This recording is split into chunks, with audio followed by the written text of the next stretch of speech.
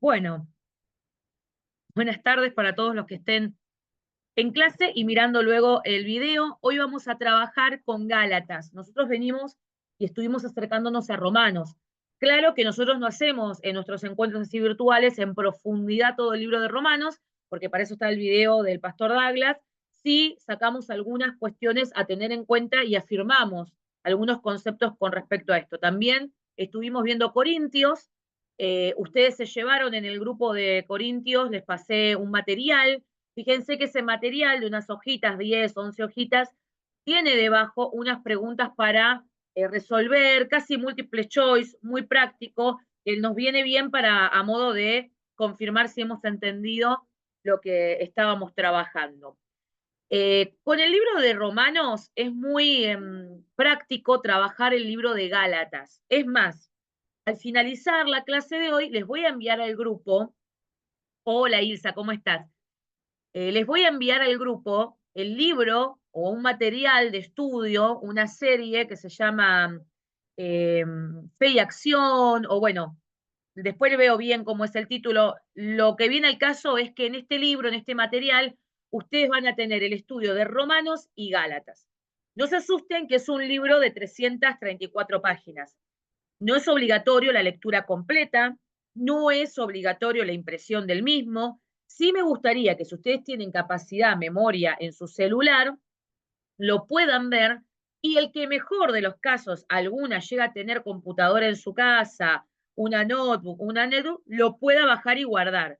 Si no, bueno, obvio, después ustedes lo eliminarán, yo siempre igual lo tengo, pero sí me gustaría que ustedes hagan por lo menos un rapidito así, mirarlo y leer algunas cosas que yo les voy a recomendar. Es muy interesante, es un libro de instituto bíblico, un instituto que se hacía hace muchos años, y a veces se hacía también a distancia, se enviaba por correo el material, y de esta manera muchos hombres de fe, y les estoy hablando, por ejemplo, en el caso de nuestro pastor Pepe, algunos que han escuchado la historia, él estudió la palabra por correo, le enviaban las cartillas y de esa manera se presentaban los exámenes, se volvían a enviar los exámenes y algunos estudiaban así la palabra.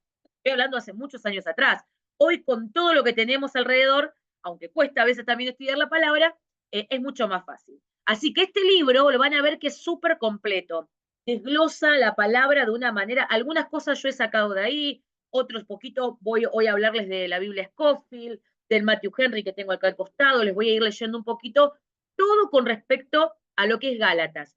Me voy a centrar, más allá de que les voy a dar la introducción de Gálatas, me voy a centrar en el capítulo 5.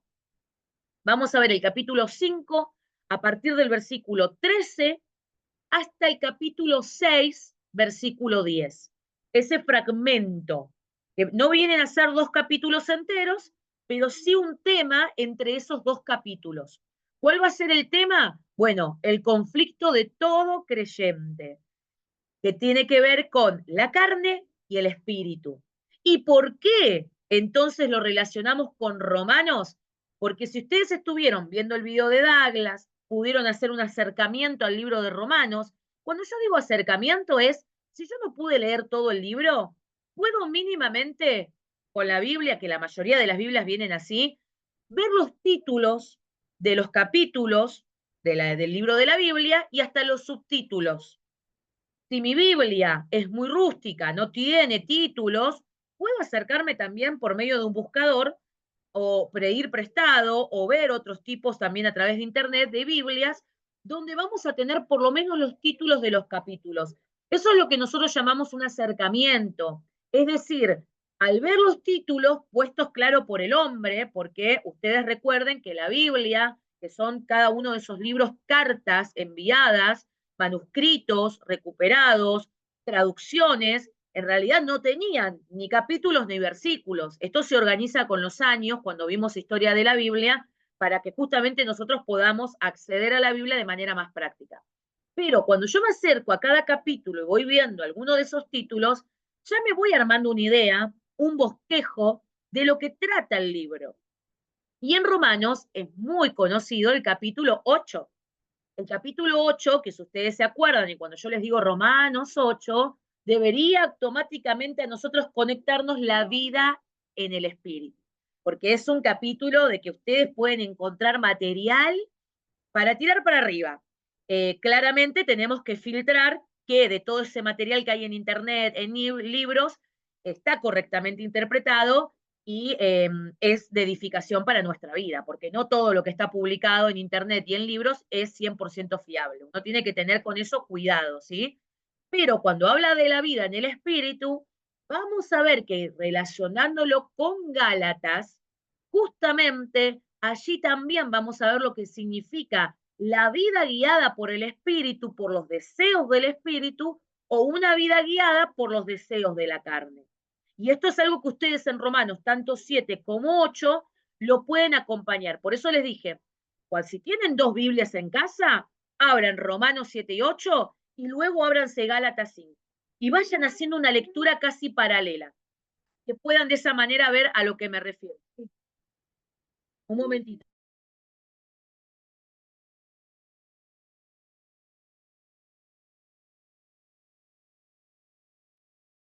Ahí está. Seguimos entonces. Vamos a ver, dijimos, repito, por si voy muy rápido, Gálatas, capítulo 5, a partir del versículo 13. ¿Hasta dónde? Vamos a leer de largo hasta el capítulo 6, versículo 10. Eso es lo que vamos a trabajar un poquito. Algunas cosas se las voy a leer, otras ustedes la podrán ir leyendo. En principio vamos a ver una pequeña introducción de Gálatas. Ustedes igual en el video del pastor Douglas de Gálatas y Efesios van a ver casi como el gran bosquejo de Gálatas, capítulo por capítulo, algunos datos. Lo que yo sí quiero es que podamos sumarle a eso y afirmar algunas cuestiones del contexto que son necesarias. Una epístola escrita por Pablo, justamente dirigida a un grupo de iglesias en Galacia, que está ubicado en lo que es el centro de lo que hoy se conoce como Asia Menor. ¿Sí? Hay algo muy particular que tenían los de Gálatas. Estas personas de Gálatas, que no se sabe si Pablo fundó a ciencia cierta la iglesia, pero sí que los visitó en su primer viaje y en su tercer viaje. En el segundo, Dios no le permitió que les predicara y que fuera, el Espíritu no lo guió hacia ahí, pero Pablo los visitó en el primer viaje y en el tercer viaje misionero. Entre esos trayectos, Pablo se acercó a esta iglesia en Galacia, sí, hacia los Gálatas. Y hay algo muy particular que hablan los teólogos de la gente de allí, de Galacia, de los Gálatas, y eran que eran famosos porque eran muy impetuosos. Esa gente que no piensa antes de actuar, se manda, son impetuosos, ¿no? Son personas controversiales porque no les importan las consecuencias de lo que hacen. Ellos se mandan. Eran muy inconstantes y además tenían un gran amor por las cosas nuevas y raras. Cualquier parecido con la actualidad no es consecuencia, ¿no? Miren ustedes por qué la palabra es viva y eficaz, ¿no? ¿Cuántas veces quizás nosotros mismos nos podemos encontrar reflejados en ser impetuosos, en que algunas cosas somos inconstantes y hoy vemos en día mucho amor, a veces algunos se sienten atrapados y atraídos por todo lo que sea nuevo y raro, ¿no? Hoy poníamos un ejemplo justo con las chicas en el discipulado que les comentaba de unas jovencitas que viajaban en el colectivo y conmigo al mediodía y estaban sumamente abstraídas en el celular con la carta natal y el signo que era una, con la luna en no sé dónde, y muy chiquitas, 16, 17 años de secundario, ¿no? Y uno dice, pucha, a veces nos limitamos tanto a hablar de Cristo, presentar a Cristo, o algunos rechazan de Cristo, y esto que es todavía mucho más incomprobable, como una carta natal que te lean, pensando que en los astros va a estar determinado tu futuro, tu pasado, etcétera, a algunos les atrae más. Fíjense qué locura. Y bueno, los de Gálatas eran muy despiertos, siempre buscando esas cosas nuevas y raras. Por un lado, quizás en su momento sirvió porque de esa manera el Evangelio llegó a ellos. Pero ¿cuál es el problema? Que como seguían siendo impetuosos, inconstantes y siempre muy abiertos a todo esto que les digo, llegó un momento en donde los de Gálatas estaban presentando una doble amenaza.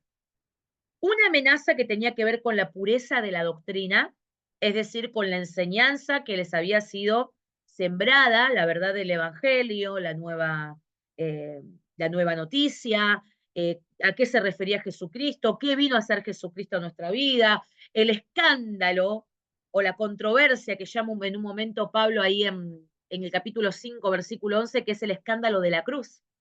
¿Y por qué un escándalo? Porque justamente el significado y el peso de la obra de la cruz desata el poder de la gracia y no ya de la ley. Por eso nosotros vamos a acercarnos a Gálatas con esta mirada de la obra de la carne y de la obra del el Espíritu comparada con la obra de la ley y la obra de la cruz. Va a ser una pelea continua que van a tener muchos creyentes y en especial los de Gálatas que se estaban enfrentando a esta amenaza, la pureza de la doctrina y la pureza que tiene que ver con la conducta. Es decir, claro, cuando yo hablamos de doctrina, hablamos de enseñanzas que son verdades, verdades que conforme a yo las trabajo en mi vida, las practico. Por lo tanto, si tengo una doctrina equivocada, ¿cómo voy a actuar? Equivocadamente también. ¿Cuántas personas no es por mala intención que han enseñado o han decretado o han declarado sanidades u oran de tal manera o enseñan de tal manera? Y a veces no es, porque nosotros no somos quienes para medir si lo hacen con el corazón, no, lo hace con malicia, no. Muchos tienen años de una enseñanza, de una doctrina legalista, equivocada, basada en fuerza humana, basada en obras, y por eso su conducta también está errada. Por eso siempre tenemos que ser, como bien dice la palabra, sabios al oír, atentos al oír y lentos para hablar, ¿no? Porque cuando uno se va acercando a personas que están hace muchos años en el Evangelio y quizás no nos cuadra su conducta, cuando nos acercamos y conocemos, nos descubrimos que tienen una doctrina o una enseñanza errada. Y esto es lo que estaba pasando con los Gálatas. Habían recibido con buen corazón y buen ánimo la buena nueva, ya sea por Pablo o porque allí alguien les predicó, pero de golpe empezaron a permitir, cuando decimos amenaza en la pureza, ¿qué significa? ¿Qué cosa no es pura? Y algo que está mezclado. Algo que ya está mezclado no es puro. Entonces, ¿por qué hay una amenaza en la pureza? Porque se empiezan a mezclar cosas en la doctrina y en la conducta de la iglesia. Ciertos individuos, y esto lo pueden ver ustedes en Gálatas 1:7, en Gálatas 5:10, se van a dar cuenta por lo que dice ahí, que ciertos individuos habían entrado en un terreno donde iban a pervertir el Evangelio de Dios. Insistían en que si bien la salvación venía de Cristo, viene de Cristo, las obras también eran necesarias, ¿no?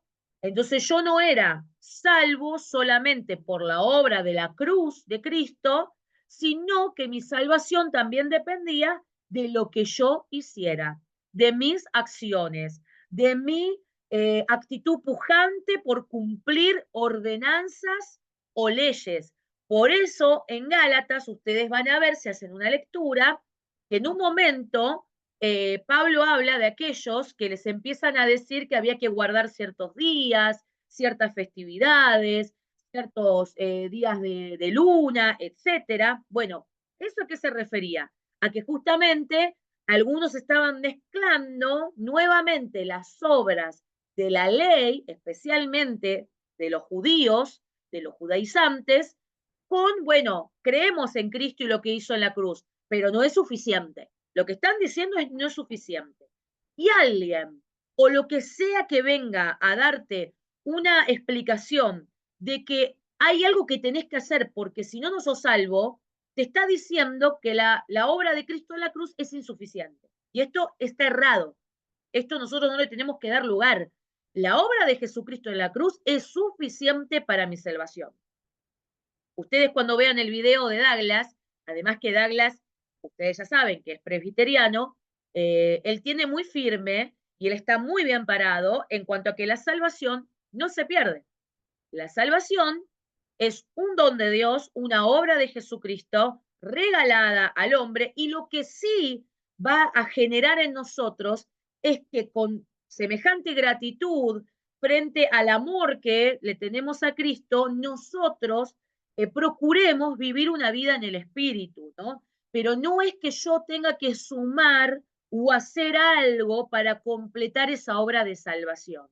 Así que no se asusten cuando escuchen esto, ustedes pueden haber escuchado con la enseñanza de muchos años, que muchos quizás dicen, bueno, no se pierde, pero cuidado, y entonces el que hace cualquier cosa, bueno, Gálatas va a hablar de esto, de no usar la libertad como libertinaje, como algo, como excusa, total, tengo la salvación, no se pierde la salvación, no, lo que pasa es que la obra de Cristo no puede volver para atrás, Él ofrece la salvación a todos, yo abrazo esa salvación y el que abrazó esa salvación inevitablemente va a caminar conforme al Espíritu. Algunas veces nos va a salir mejor, otras nos va a costar un poquito más, pero nosotros vamos a guardar ese pacto. Yo siempre se los pongo muy en ejemplo porque la misma Biblia nos lo permite, que es lo mismo que el pacto del matrimonio. Yo no estoy todos los días con el juez del civil o con la Biblia en mano recordando lo que dice la palabra que vos me debés o que yo le debo a mi esposo. ¿Por qué? Porque amo tanto y he aceptado esa relación y la cuido, que aunque a veces tengamos discusiones, dificultades, yo sé que hay cosas a las que yo no voy, no vuelvo. Si yo era un infiel antes y me casé y renové ese pacto, y no, ¿qué hago ahora? Mi nueva naturaleza es fidelidad. Peleo con otras situaciones seguramente, pero no necesito que me estén recordando, tenés que ser fiel, porque me surge por el amor que le tengo a mi esposo, por el amor que tengo al pacto del matrimonio. Entonces, cuando uno abraza la salvación, claro, ¿por qué no la vas a perder? Porque inevitablemente a vos te va a surgir ese despertar del espíritu de edificar, de matar y morir a las obras de la carne, y eso no quita que no tengamos situaciones en donde trastabillamos, en donde, pero nunca volvemos al principio, nunca volvemos atrás. Si alguno volvió atrás, dicen los teólogos, y ustedes lo pueden hasta consultar con Douglas, si alguno volvió atrás que uno dice, pero che, mira que este venía a la iglesia, cantaba, levantaba la mano, adoraba, hablaba en lenguas, y ahora se fue con el macumbero, ahora es pay umbanda. Bueno, ese, te dirían muchas personas teólogas, nunca fue salvo. ¿En qué sentido? En que nunca realmente abrazó la salvación, no fue regenerado, no tuvo un nuevo nacimiento. Los presbiterianos hablan mucho, o todos los que son calvinistas, hablan de lo que se llama cristianos culturales.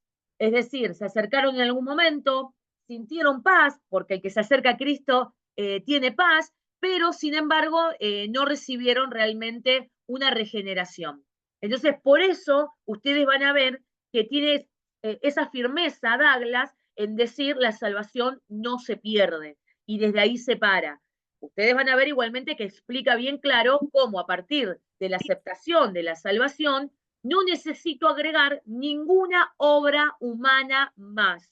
La obra máxima, la satisfacción completa, se encuentra en la obra de la cruz. Es esto con lo que nos vamos a encontrar un poco en el contexto de Gálatas, que es lo que Pablo va a querer comenzar a aclararle a esos judaizantes que si bien creían en Cristo, empezaron a observar nuevamente días, leyes, preceptos, a tal punto que surge la discusión en donde quieren que los gentiles que se convierten a Cristo comiencen también a realizar el pacto donde tenían que cortar el prepucio en los varones y entonces se tenían que circuncidar.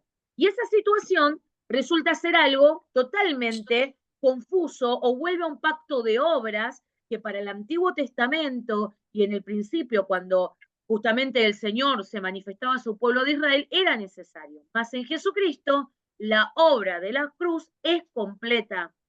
La obra de salvación está satisfecha. La ley ya ha sido cumplida y en Jesucristo de allí en adelante, nuestro trato y nuestra obra está gracias a la gracia misma, ¿no? Valga la redundancia. Y uno siempre la pregunta, dirá, bueno, ¿y entonces qué hacemos? Perdón. Entonces, ¿qué hacemos con la ley? ¿Qué hacemos con el Antiguo Testamento? ¿Qué hacemos con todo lo que muchas veces tenemos también para ver en el Antiguo Testamento y observar? Bueno, todo el Antiguo Testamento, toda la ley, a nosotros nos queda de un gran ejemplo, de una inspiración, de un proceso histórico, de un conocimiento de la obra de Dios completa.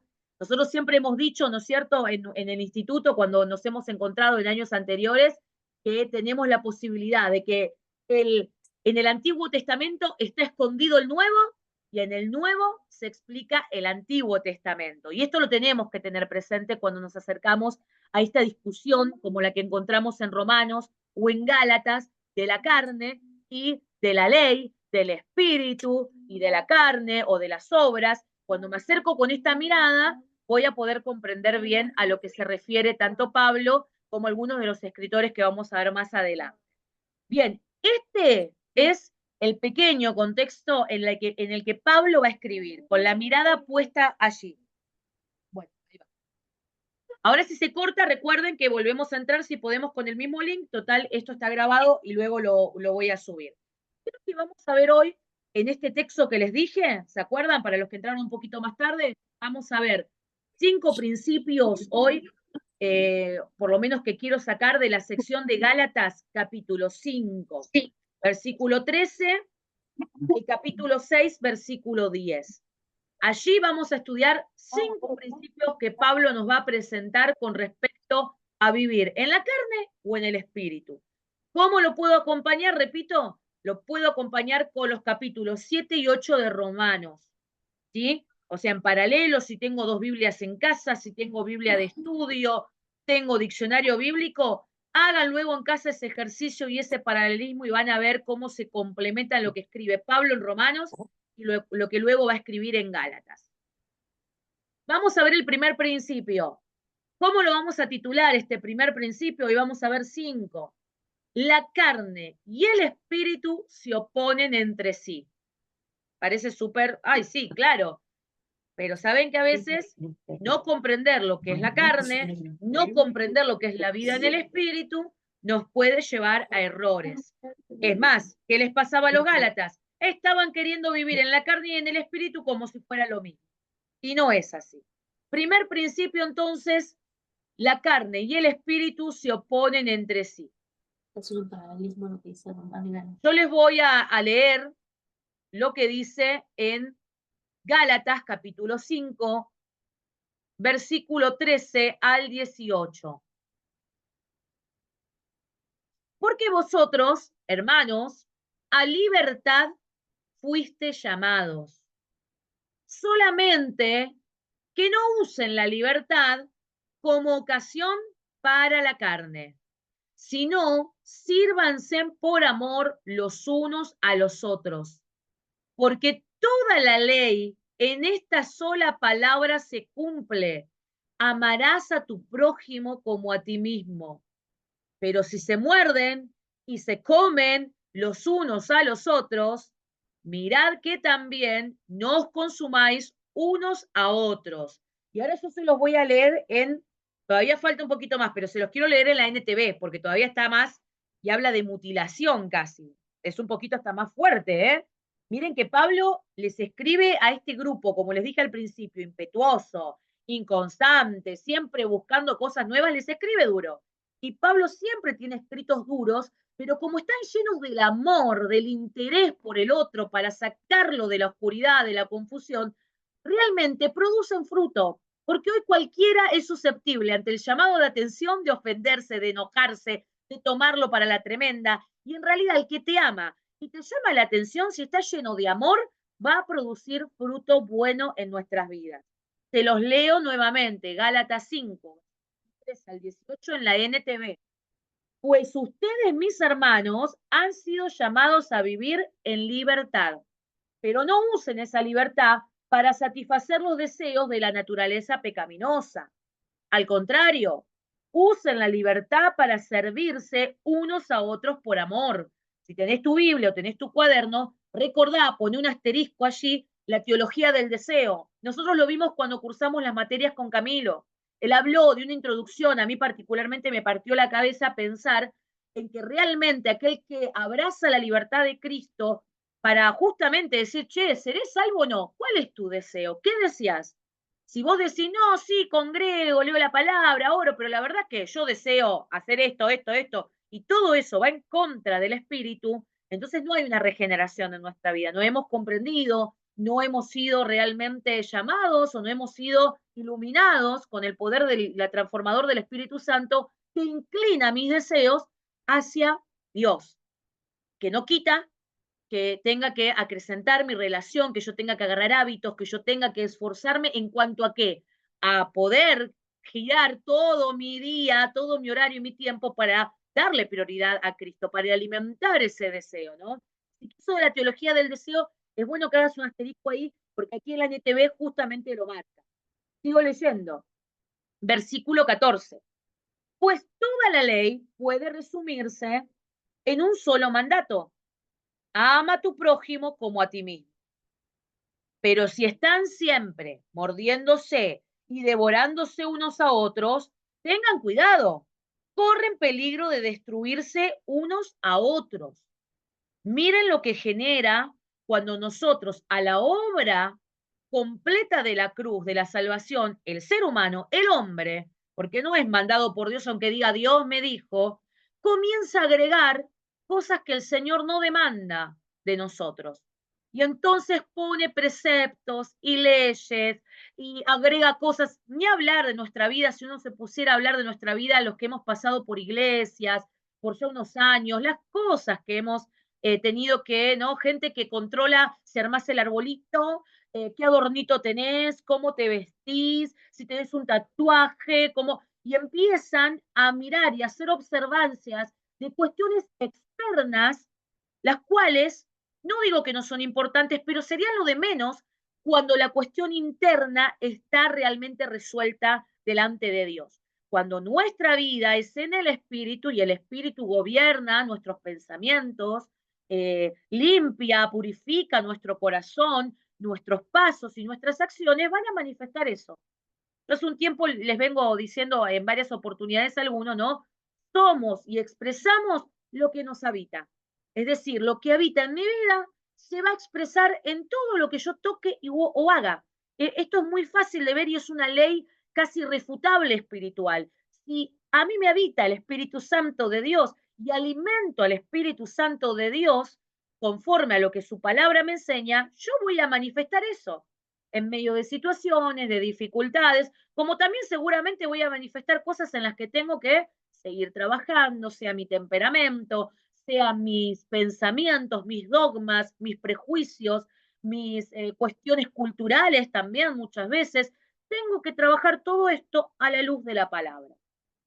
Versículo 16, dijimos que era hasta el 18, por si se llega a cortar, sigo leyendo.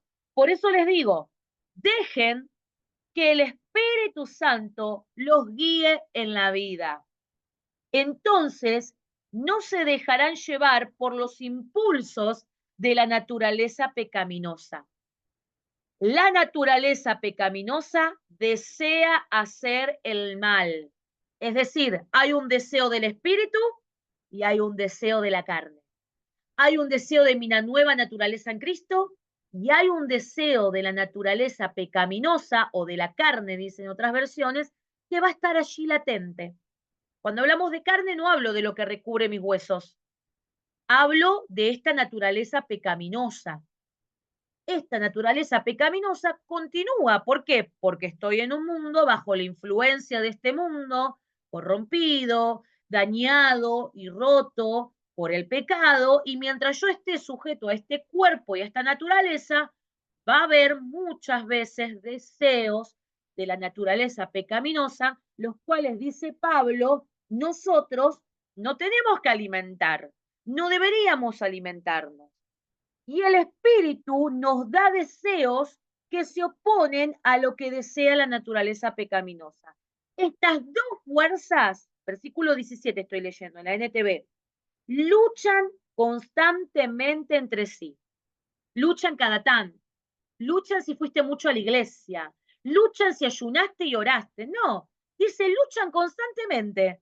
Nos levantamos y el deseo pecaminoso y el deseo está ahí. En primero, agarrar el celular, ponerte a hacer el trabajo, adelantar las cosas de la casa, lo que sea, antes que ir y agarrar la palabra o decir, Señor, acá estoy. Y a mi día, dame la fuerza, dame la sabiduría, te encomiendo a vos, esto, el otro, aquello, y después arrancar. Ahí hay una lucha. Abrimos nuestros ojos y ya el deseo de la carne se quiere oponer al deseo del espíritu. Claramente, nosotros